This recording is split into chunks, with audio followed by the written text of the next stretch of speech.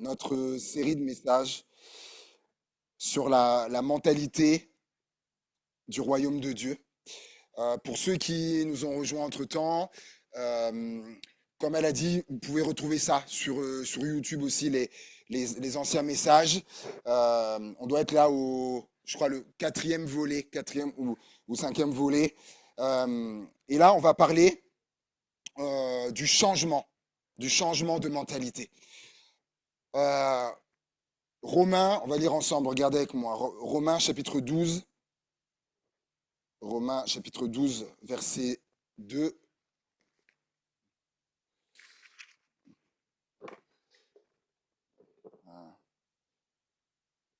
Ceux qui sont, ça s'affiche, Romains chapitre 12, verset 2. Je vous exhorte donc, frères, sœurs aussi, par les compassions de Dieu, à offrir vos corps comme un sacrifice vivant, saint, agréable à Dieu, ce qui sera de votre part un culte raisonnable. Pardon, ça c'est le verset premier, pardon. Ne vous conformez pas au siècle présent, mais soyez transformés par le renouvellement de l'intelligence, afin que vous discerniez quelle est la volonté de Dieu, ce qui est bon, agréable et parfait. Ne vous conformez pas au siècle présent, mais soyez transformés par le renouvellement de l'intelligence. J'ai été regarder d'autres traductions et je me suis arrêté aussi sur la traduction de la Bible Semeur qui dit ne prenez pas comme modèle. Second dit ne vous conformez pas au siècle présent. La Bible Semeur dit ne vous prenez pas comme modèle le monde actuel, comme modèle ou comme moule. Vous allez voir tout à l'heure, ou comme le monde actuel, mais soyez transformés par le renouvellement de votre intelligence pour pouvoir discerner la volonté de Dieu, ce qui est bon, ce qui lui plaît et ce qui est parfait. Qu'est-ce que Paul est en train de dire aux chrétiens de Rome et à nous aussi, aujourd'hui là, chrétiens, en 2024? Il est en train de dire que le siècle présent, le monde actuel a une mentalité. Il a une mentalité qui lui est propre. Et lorsqu'il dit ne vous conformez pas, ne prenez pas comme modèle, en fait, il est en train de dire ne vous conformez pas à sa mentalité. Ne prenez pas modèle sur sa mentalité. Déjà de l'époque, parce que Paul, c'était quand même il y a quelques années déjà. Et en fait, il parle aux chrétiens de son époque, là. Déjà, il leur dit, ne vous conformez pas, ne prenez pas modèle sur le siècle présent, la mentalité du siècle présent, de ce qui les environnait déjà à cette époque-là. Pourquoi Notamment ce qu'il y avait à Rome, et on l'a connu par l'histoire, ce qu'on appelait à Rome, par exemple, les orgies romaines. Par exemple, quelque chose qui se passait à Rome, c'était un débordement de débauche totale en termes d'ivrognerie, de sexualité. Et je crois que pour l'époque, on pouvait difficilement faire pire. Sauf que c'était monnaie courante. C'était monnaie courante. En plus, c'était connu et c'était même pas caché. C'était même pas caché. Et c'est pour ça que Paul dit aux chrétiens, il leur dit, ne vous conformez pas à cette mentalité environnante qu'il y a autour de vous, à Rome, etc. Ne prenez pas pour modèle cette mentalité. Et il nous parle, comme je dis, il nous parle encore aujourd'hui. Et on peut aisément le comprendre. Peut-être que quelqu'un va dire, ouais, David, d'accord, mais dans les versets qu'on a lus, Paul, il n'utilise pas le mot mentalité dans ce qu'il dit. Et c'est vrai, quand on lit, il n'y a pas le mot mentalité, mais lorsqu'on va regarder la définition de ce qu'est la mentalité, il y a plusieurs définitions. On va voir, une des définitions, c'est l'ensemble des habitudes d'un groupe. Ah, et en fait, ça faisait partie des habitudes des Romains. Ce que je vous ai expliqué là, les orgies romaines, etc., ça fait partie des habitudes. Donc c'était la mentalité. Mais encore aujourd'hui, dans notre siècle présent, dans notre monde actuel, pour reprendre l'expression de l'apôtre Paul, euh, des choses comme ça se pratiquent encore aujourd'hui, sauf que c'est sous d'autres formes, ça a pris d'autres noms, etc. Mais le fond, c'est la même chose. Vous savez, il y a dans ce monde une habitude que certaines personnes ont lorsqu'elles vont se marier, qui m'a toujours interpellé, voire beaucoup questionné. Je m'explique. Ce qu'on appelle, maintenant ils ont mis les initiales, hein, les EVJF ou EVJG, je ne sais pas si certains ça parle, enterrement de vie de jeune fille. Donc, alors qu'on s'entende, C'est pas du tout un problème de faire ça. Ce qui est un problème, parfois, c'est le contenu qu'il y a dedans. D'ailleurs, le faire, certains, ils font ça, ils vont des fois au Spra, où ils font vraiment des trucs normaux, il y a pas de problème. Mais des fois, on entend certains programmes euh, qui sont un peu plus compliqués. Euh, Moi, j'ai jamais compris le concept de ça, notamment de certains quand ils vont dans des endroits où certaines amies, elles emmènent la future mariée dans un endroit où il y a des hommes, ah bon, sur une scène ou inversement. Moi, j'ai jamais compris. J'ai jamais compris ça. Surtout, mais on va dire non, mais c'est parce qu'elle va se marier. Elle va se marier, donc elle va plus pouvoir le faire après qu'elle sera mariée. Donc là, il faut qu'elle en profite avant qu'elle se marie. Ah bon? Ah bon? Ah donc, du coup, il faut qu'elle s'embourbe. Il faut qu'elle s'embourbe même dans le péché avant de se marier, parce qu'après, elle ne pourra plus le faire. Il y a cette mentalité qui est là.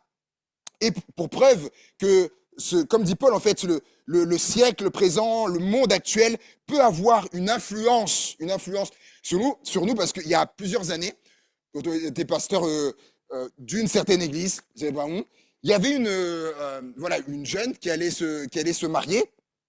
Et, et ce qui se passe, c'est que euh, arrive comme ça, en fait, à mes oreilles que dans le programme, il y a ces copines qui vont l'emmener dans un lieu comme je vous ai décrit là, où il y a des hommes, tout ça. Sur scène. Je dis, mais attends, c'est pas possible, c'est pas possible. Et en fait, et donc par la suite, je sens qu'effectivement, qu'il y aura ça. Et je me dis, non, il faut que je m'entretienne avec elle. Il faut que je m'entretienne avec elle. Et avant ça, je prie pour ça, parce que, voilà, pour avoir les mots, tout ça. Et on parle, et puis, voilà, le Seigneur permet, on arrive à ce sujet.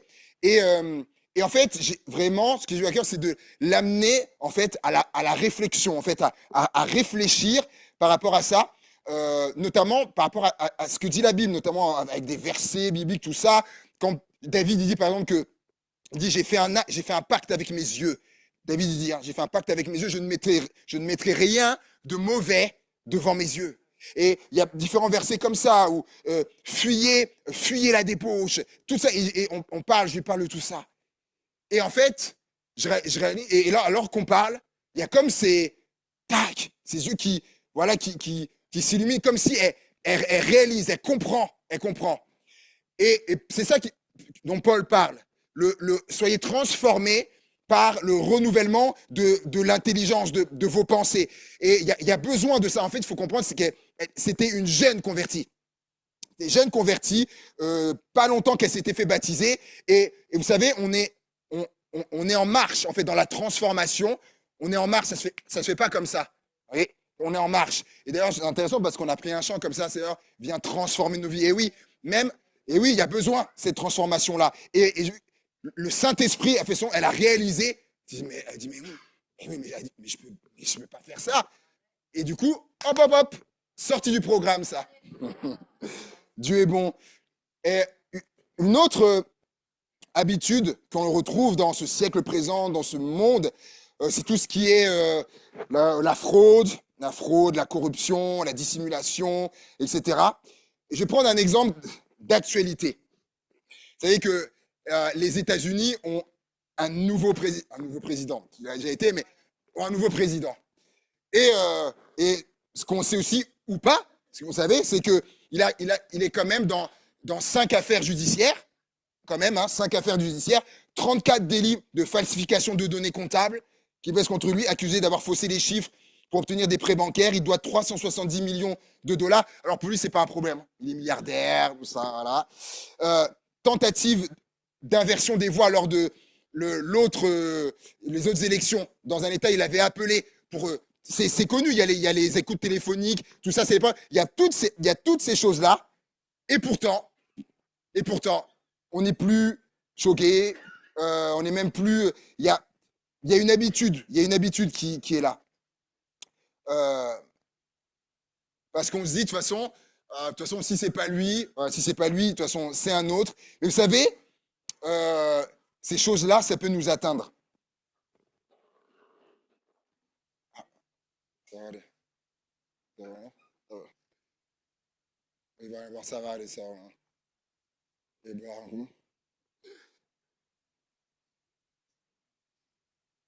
ben, attention. Non, c'est bon, moi, il s'occupe de nous. Merci. Bah, votre attention. Faut savoir que ces choses-là, euh, en fait, si on ne fait pas attention, ça peut nous atteindre. Ça, on va dire, non, mais David, moi, je suis. Attends, ça va, David, moi, je suis loin d'être milliardaire. Je suis loin d'être milliardaire, alors ces choses-là, je risque pas de les faire. Tu sais, il n'y a pas besoin d'être milliardaire pour ça. Il faut qu'on fasse attention parce que, par exemple, je vais vous donner des exemples. Et c'est pour ça que dit Paul, ne vous conformez pas, ne prenez pas modèle. Il y a une sœur et, qui nous racontait dernièrement que dans son travail, où elle était comptable, expert comptable, à un moment donné, on lui demandait de changer des chiffres, de trafiquer des chiffres, etc., de changer. Et en fait, ce qui s'est passé, c'est que au bout d'un moment, en fait, elle est partie. Elle est partie de ce travail parce que non, ça collait pas avec euh, avec ses valeurs, avec sa mentalité, la mentalité, ce qu'on lui demandait de faire, ça collait pas. Et je sais pas si vous avez vu ce film qui s'appelle Courageous, film chrétien. Dedans, il y a une scène qui est très intéressante. Il y a un homme qui est là et il n'a pas de travail. Et il y a eu le chômage, c'était compliqué. Il est dans un entretien d'embauche. Et celui qui lui fait passer l'entretien lui dit, voilà, dans le travail que vous aurez à faire, si, par exemple, vous recevez un colis, admettons, de 10 cartons, et ben, si on vous demande après, si on vous demande de noter 8, il faudra noter 8. Et si vous avez reçu 10 cartons, si on vous dit tu notes 8, on lui dit il faudra noter 8, même si tu as reçu 10. Et là, on voit dans le film, c'est que ça, c'est un dilemme, quoi. C'est un dilemme, parce qu'il est chrétien, c'est un dilemme et tout ça. Et à un moment donné, à la fin, il dit, mais en fait, il dit, bah, faudra choisir quelqu'un d'autre. Il dit, je pourrais pas. Et là, surprise, l'homme lui dit, et ben du coup, il dit, vous êtes embauché. Du coup, ceux qui ont vu le film, ça rappelle, vous êtes embauché. Eh ouais, c'était un test. C'était un test. Il voulait voir. Il dit, ah, avec lui, on pourra lui faire confiance. On gagnera toujours à vraiment revêtir, adopter la mentalité du royaume de Dieu. Et vous savez, pourquoi je dis ça nous guette, il faut faire attention, ça nous guette, parce que les tentations sont là, vous savez, quand on fait cette fameuse déclaration d'impôt, là, il peut y avoir, dire, tiens, oh, bon, si je mets un autre, et puis qu'est-ce qu'ils en sauront? Et maintenant, on a remarqué ils sont tous interconnectés, hein, les organismes. Hein. Voilà, donc ça marche mieux, ça. Et, mais, ou de dire, de dire que même si mon fils ou ma fille, bon, il est plus sous mon toit, bon, je mets encore qu'il est. Est-ce que vraiment ils vont venir chez moi vérifier que ma fille ou mon fils est sous mon toit, même si, vous voyez, pour un peu gratter. Non, il y a des choses, là, Paul dit, ne vous conformez pas au siècle, ne prenez pas modèle sur le siècle, sur le monde actuel. C'est pas, je dis ça, c'est pas la mentalité du royaume de Dieu. Une autre définition, donc de la mentalité, on l'a vu, donc c'est les habitudes, et c'est également la façon de penser. La mentalité, la façon de penser. Je donnais, ouais, je sais pas si vous avez déjà entendu cette expression, cette phrase. Ah, lui ou elle, tiens, lui il a réussi, lui. Ou elle a réussi. Vous avez déjà entendu cette phrase ou pas? Je sais pas si vous êtes comme moi. Moi, ça m'a toujours fait réfléchir cette phrase-là. Tiens, lui, dis donc, il a réussi. Et je me suis dit, tiens, mais sur quelle base en fait on dit ça? Et en fait, quand on regarde, quand les gens disent ça, en fait, ils se basent sur, par exemple, sur une personne qui, par exemple, a un poste élevé, un haut poste. On dira, lui, il a réussi, elle a réussi. ou quelqu'un qui va avoir un salaire important, ou quelqu'un qui roule dans une voiture qui coûte 80 000 euros, ou par exemple quelqu'un qui est connu, qui a des millions de followers, j'en sais rien. Ils vont dire ah elle a réussi, elle a réussi. Mais en fait, pourquoi ça me fait réfléchir? Parce que la réussite, en fait, dans leurs propos, la réussite se mesure au statut social, à la notoriété, ou à l'argent, la somme qu'on a sur le compte en banque. Et en fait, pourquoi ça m'interpelle? Parce que quand je regarde la Bible, en fait, la Bible, elle parle de la réussite, de réussir. D'ailleurs, je pense que j'en ferai peut-être dans l'année prochaine, on parlera sur ça. Mais lorsque je regarde la parole de Dieu, la définition que la Bible donne de la réussite ou que Dieu dit de la réussite, c'est pas la même. Et je réalise qu'en fait que le monde, le siècle présent, a sa définition en fait de la réussite, mais Dieu c'est pas ça. Quand on regarde la parole de Dieu, pour Dieu, quand on voit la réussite, par exemple, Dieu dit la réussite c'est quelqu'un, par exemple, déjà qui va être dans sa volonté, qui est dans la volonté de Dieu, qui est dans le plan de Dieu, qui fait ce que Dieu lui demande. Et on voit que c'est pas du tout pareil. Hein. Et parce que pourquoi allons plus loin, parce que je me suis dit quoi? L'homme ou la femme qui, par exemple, nettoie les métros, là, vraiment, avec ardeur pour que les choses soient propres ou quoi. Parce que quoi, cette personne-là, elle n'a pas réussi. Ou d'autres. Mais vous voyez ce que je veux dire? Et non, donc on est dans. Pour Dieu, c'est pas comme ça. Si cette personne-là, elle fait ce que Dieu lui a demandé, si elle est dans le plan de Dieu, si elle fait la volonté de Dieu, je suis désolé de vous dire, mais elle a réussi. Et ça change totalement de ce qu'on entend dans le discours du monde. Comme quelqu'un nous a dit un jour, un certain chef d'État qui a dit, si à 40 ans, tu n'as pas une Rolex au poignet, tu n'as pas réussi ta vie. Vous savez qui a dit ça? C'est notre cher président. Eh oui. Eh oui. Et oui. Et vous savez, donc il y a ça qui est là, dans cette mentalité qui est là. Et pourquoi je dis ça? Parce que, comme dit Paul, ne vous conformez pas, ne prenez pas modèle, parce qu'on peut vite être pénétré de cette mentalité-là, cette pensée-là. Et autre chose également, la façon de penser. Il y a plusieurs années, j'ai vraiment été, là c'est même plus interpellé, j'ai été choqué. Là j'ai été choqué de voir, il y avait des campagnes publicitaires. Je ne sais pas si ça a démarré, c'était à Paris, dans plusieurs villes, dans le métro, tiens, sur les grands 4 mètres par 3 ou autres là, où il y avait des messages comme, en gros, c'est pas un problème si tu trompes ton conjoint, c'est pas un problème. C'est la marque Glidden. Vous regardez plus tard, il y avait toutes sortes de messages comme ça qui étaient dans le métro ou sur les affiches publicitaires dans certaines villes. Il y a d'ailleurs même certains maires qui s'étaient révoltés, qui voulaient pas voir ça. Mais j'ai vu ça placardé sur un bus. Et cette phrase qui disait « Être fidèle à 2 hommes, c'est finalement être 2 fois plus fidèle. » Et là, lorsque j'ai vu ça, je me suis dit, là, ça y est, notre monde, là, le monde dans lequel on est, il a basculé, il a franchi un cap. Là, si maintenant, comme ça, à la vue de tous, c'est comme ça. Et pourquoi je dis ça? Là, c'est la mentalité du monde dans lequel on est, dans lequel on vit. Et il y a quelque temps, là, je travaillais une fois dans une société. Il y avait un collègue qui était là et elle était un peu remontée parce que sa fille qui était dans un stage chez un opticien, en fait, avait découvert que le gérant, le patron, en fait, une des filles qui était là, c'était sa maîtresse, en fait. Et elle avait remarqué ça. Et sauf que la femme du gérant venait des fois travailler, donc elle était dans un malaise, et donc elle a partagé ça à sa maman, tellement c'était lourd pour elle.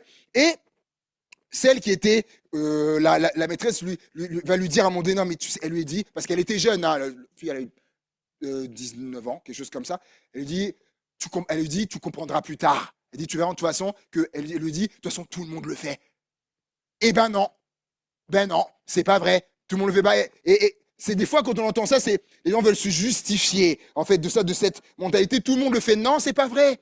C'est pas vrai. Tout le monde le fait pas. Et c'est là, et on peut aussi, si on entend ça, mais de toute manière, oh, mais les gens le font, ça fait partie de l'ère du temps. Paul dit, ne vous conformez pas, ne prenez pas modèle. Parce que vous savez, j'aime cette expression qui dit, c'est dans l'ère du temps. C'est dans l'ère du temps. La Bible dit que le diable est le prince de la puissance de l'air.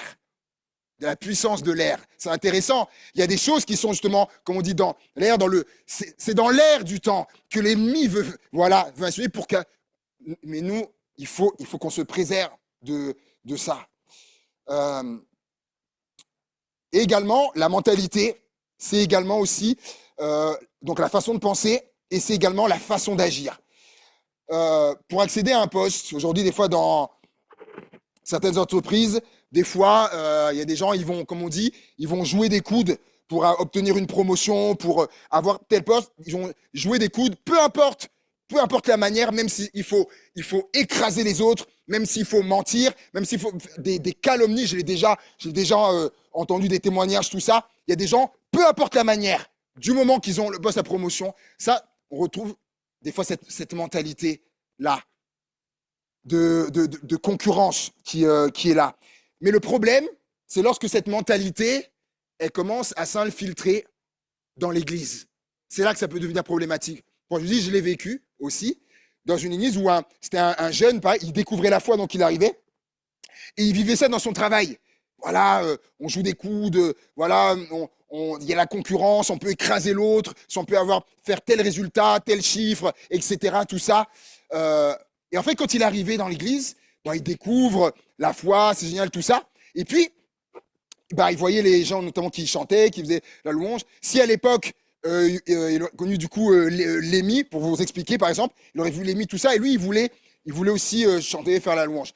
Et il aurait tout fait pour écraser Lémi, dire peut-être des choses qui sont pas vraies sur Lémi, pour pouvoir lui accéder, tout ça, vous voyez. En fait, la mentalité qu'il a vue dans l'entreprise, lorsqu'il est arrivé dans l'église, en fait, il avait ça. Mais c'est tout simplement, il avait besoin de la transformation, simplement, dont Paul parle.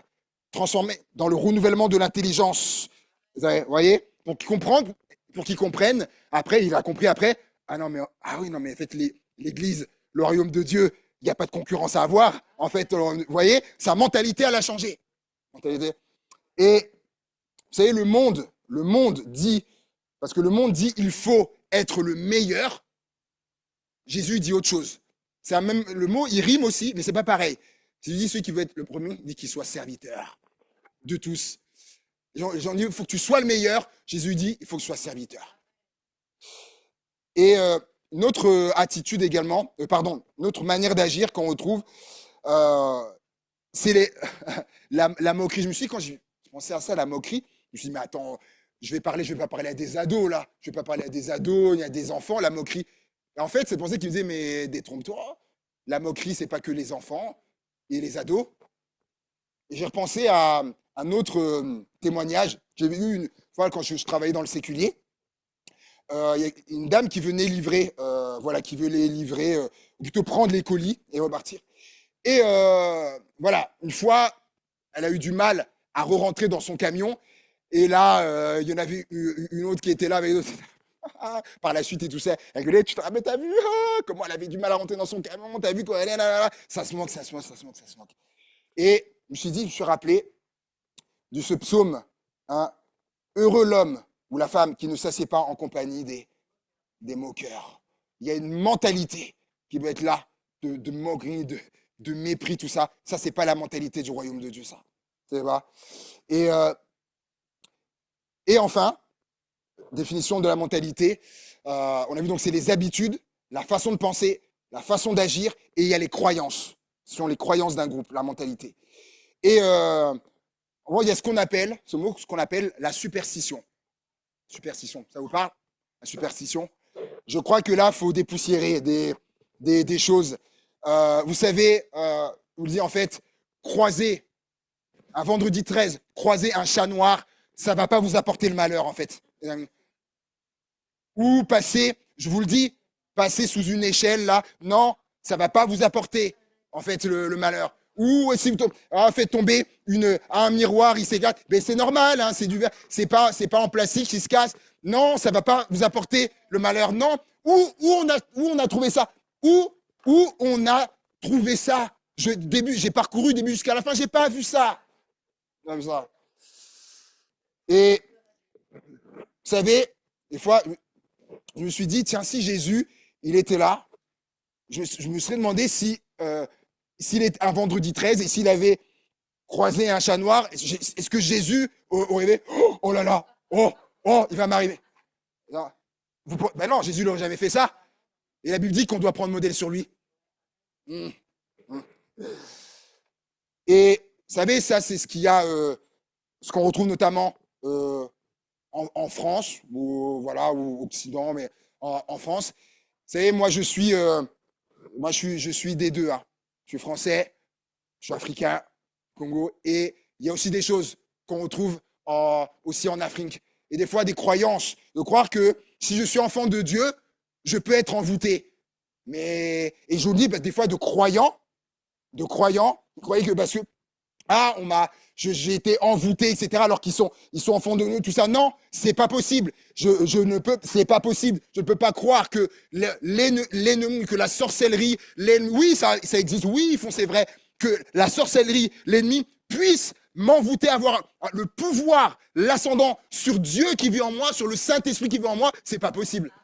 C'est pas possible. Donc ces croyances-là, elles doivent être cassées parce que c'est pas la mentalité du royaume de Dieu. Ce sont des croyances. Des croyances, comme ça. Et, vous savez, pour ne pas du coup adopter la mentalité du siècle présent, du monde actuel, quelle est la solution? Mais Paul, il le dit, soyez transformés. Soyez transformés par le renouvellement de l'intelligence. Donc, il faut être transformé. Transformé, c'est intéressant ce mot. Trans qui veut dire à travers, ou qui veut dire au-delà, passer à travers. Donc, en fait, pour pas se conformer au siècle présent, en fait, il faut passer au-delà, à travers les attitudes, comme on l'a vu, les attitudes de ce monde, les habitudes de ce monde, la façon de penser de ce monde, la façon d'agir de ce monde, les croyances de ce monde. Il faut passer à travers. Faut passer à travers ça, la transformation. Tu passes à travers. Et transformation, donc c'est passer à travers d'une forme et va aller vers une autre forme. 2 Corinthiens 3,18 nous dit, nous tous, qui le visage découvert, contemplant comme dans un miroir la gloire du Seigneur, nous sommes transformés en la même image, de gloire en gloire, comme par le Seigneur l'Esprit. Et qu'est-ce qu'il est en train de dire? C'est que, en fait, ce monde-là, ce monde, au départ, il y a, comment dire ça, on a pris cette forme, la forme qu'avait ce monde. Et il dit, en fait, il faut qu'on soit transformé, dit en une autre image, il dit en l'image de Jésus-Christ, donc passer de la forme du monde vers la forme de Jésus, en fait. 2 formes. C'est pour ça, ça doit dire, mais David, mais pourquoi est-ce qu'il est venu avec ça? Il y aura plusieurs... Vous savez, Jésus, il parlait en parabole. À son époque, il utilisait des images, le royaume de Dieu, c'est comme un filet, vous voyez, c'est comme une perle. Et en fait, le monde dans lequel on est, vous voyez, 2 moules, c'est à ma femme, hein, elle est pâtissière, entre autres. Et moi, j'aime bien manger, pâtisserie, donc le monde a une forme, et c'est intéressant, on va dire, voilà, comme le monde à la Terre, rond, là, un moule d'igloo, et il a une forme. Et ce qu'il dit, il faut que vous soyez transformés, donc de passer à travers, de passer d'une forme à une autre forme, passer de la forme du monde à la forme de Jésus. Tiens, ou le cœur, c'est mieux comme ça, l'amour, Jésus qui est l'amour. Mais comment ça se passe du coup? Parce que ce monde-là, voilà, il veut me donner une forme. Comment je passe à... Vous savez, quand il y a de la matière dedans, qui donnera le futur très bon gâteau, si je veux pas qu'il ait cette forme-là, dis-vous, si je veux qu'il ait une forme de cœur, ben, comment je fais? Ah oui, je dois changer, passer de là à ici. Mais est-ce que la matière elle-même, qui nous représente nous, hein, Est-ce qu'elle peut toute seule aller là-bas? Non. Il faut quelqu'un, il faut une main, il faut voilà. Et ça nous parle de Dieu, ça. Ça nous parle de Dieu. On ne peut pas nous-mêmes se transformer. D'ailleurs, Paul il dit pas, regardez, hein, il dit pas transformez-vous. Il dit soyez transformés. Ça implique que quelqu'un vous transforme. Vous transforme. Et, et c'est bien sûr, ça c'est évidemment, c'est l'œuvre de Dieu. Et je, je terminerai en prenant un exemple formidable de quelqu'un qui a vécu ça, cette transformation.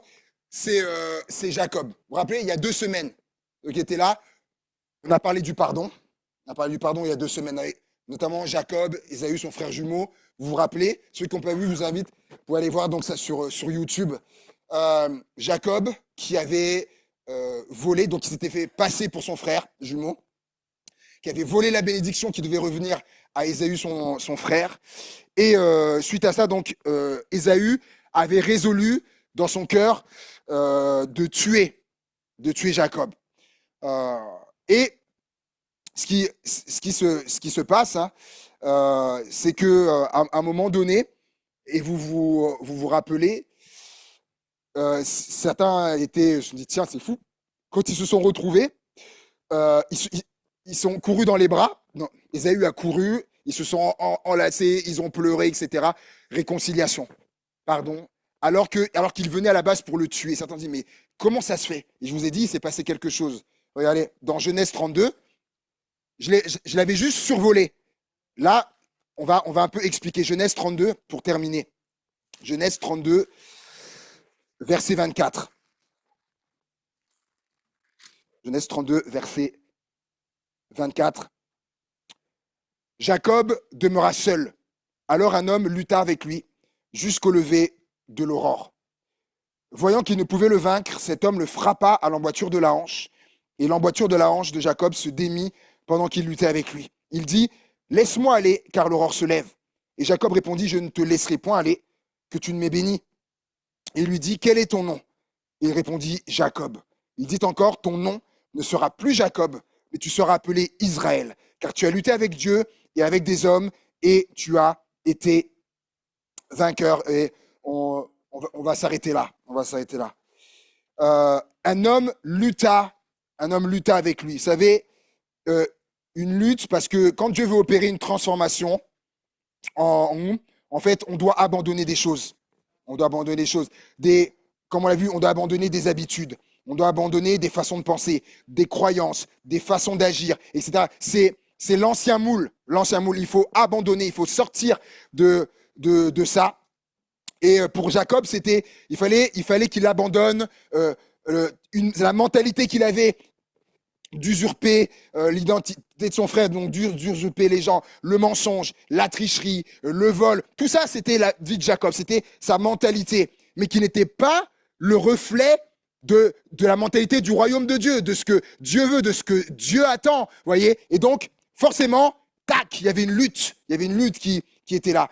Il ne peut pas y avoir de transformation s'il n'y a pas d'abandon. Il faut abandonner des choses. Et il dit jusqu'au lever de l'aurore. Donc, ça a duré toute la nuit. Toute la nuit. La lutte a duré longtemps. J'irais dire à quelqu'un, demander depuis combien de temps est-ce que tu luttes? Peut-être à quelqu'un, tu luttes avec Dieu depuis combien de temps? Verset 25, voyant qu'il ne pouvait le vaincre. C'est fort quand même. Jacob, il était tenace, hein, coriace. Dieu ne nous transforme pas contre notre gré.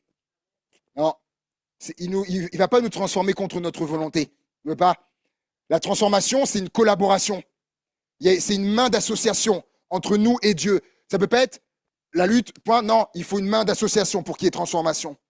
Et il va lui dire, ben, laisse-moi. Comme il voyait qu'il n'arrivait pas, il va dire, ben, alors laisse-moi. Et là, Jacob va dire, non, je ne te laisserai pas aller que tu ne m'aies béni. Comme pour dire, non, comme pour dire, tu es venu pour quelque chose. Eh ben non, je ne te laisserai pas aller que tu aies fait ce pourquoi tu es venu. Quelque part là, Jacob, du coup, il lui laisse le champ libre. Alors là, du coup, maintenant, il peut agir, il va lui dire, bah, ok, quel est ton nom? Quel est ton nom? Dieu, c'est pas le hasard quand il pose des questions. Quel est ton nom? Il dit, bah, mon nom est Jacob. C'est Jacob ce que ça veut dire. Usurpateur, supplanteur, trompeur. Il veut dire, quel est ton nom? C'est quoi ton nom? Ah ben mon nom c'est ça. Je suis un usurpateur, je suis un trompeur, je triche tout ça. C'est pas le hasard. Dieu l'amène à reconnaître. Pour qu'il y ait transformation, il faut que je reconnaisse ce que je suis. Et après, il va lui dire, ok, c'est bon, tu reconnais, mais il dit, mais maintenant, on va pas s'arrêter. Il dit, ton nom ce sera plus ça maintenant. Ce sera plus ça. Ton nom ce sera Jacob. Jacob qui veut dire vainqueur, vainqueur d'Israël, oui, d'Israël. Vainqueur d'Israël. D'Israël, c'est vrai. Vainqueur d'Israël. Mais je voulais mentionner sur le vraiment d'être un vainqueur, quoi. D'être un vainqueur. Tu ne seras plus un trompeur, un tricheur, tu manipules, etc. Non, tu seras un vainqueur. Tu seras un vainqueur. Et ça, c'est beau. C'est beau. Parce que, vous savez, quand il y a transformation, Dieu il change ton nom, il dit, je vais changer ton nom parce que je vais te transformer et je vais changer ton nom, mais parce que ta mentalité aussi, elle va changer. Et regardez, je vais terminer avec ça, je conclue avec ça. Regardez Genèse 33, versets 1 à 3. Genèse 33, versets 1 à 3. Jacob leva les yeux et regarda, et voici Ésaü arrivait avec 400 hommes. Il répartit les enfants entre Léa, Rachel et les deux servantes. Il plaça en tête les servantes avec leurs enfants, puis Léa avec ses enfants, et enfin Rachel avec Joseph. Verset 3, c'est ça qui va nous intéresser. Verset 3, lui-même passa devant eux et il se prosterna en terre 7 fois jusqu'à ce qu'il fût près de son frère. Pourquoi c'est le verset déterminant? Lui-même passa devant eux. Regardez au verset 32, pardon, au chapitre 32. Regardez, chapitre 32 et verset, on va les versets 13 à 21, mais c'est trop long. Mais il dit, voilà, verset 19, il donna le même ordre au second, au troisième et à tous ceux qui suivaient les troupeaux. C'est ainsi que vous parlerez à mon seigneur Ésaü quand vous le rencontrerez. Vous direz, voici ton serviteur Jacob vient aussi derrière nous.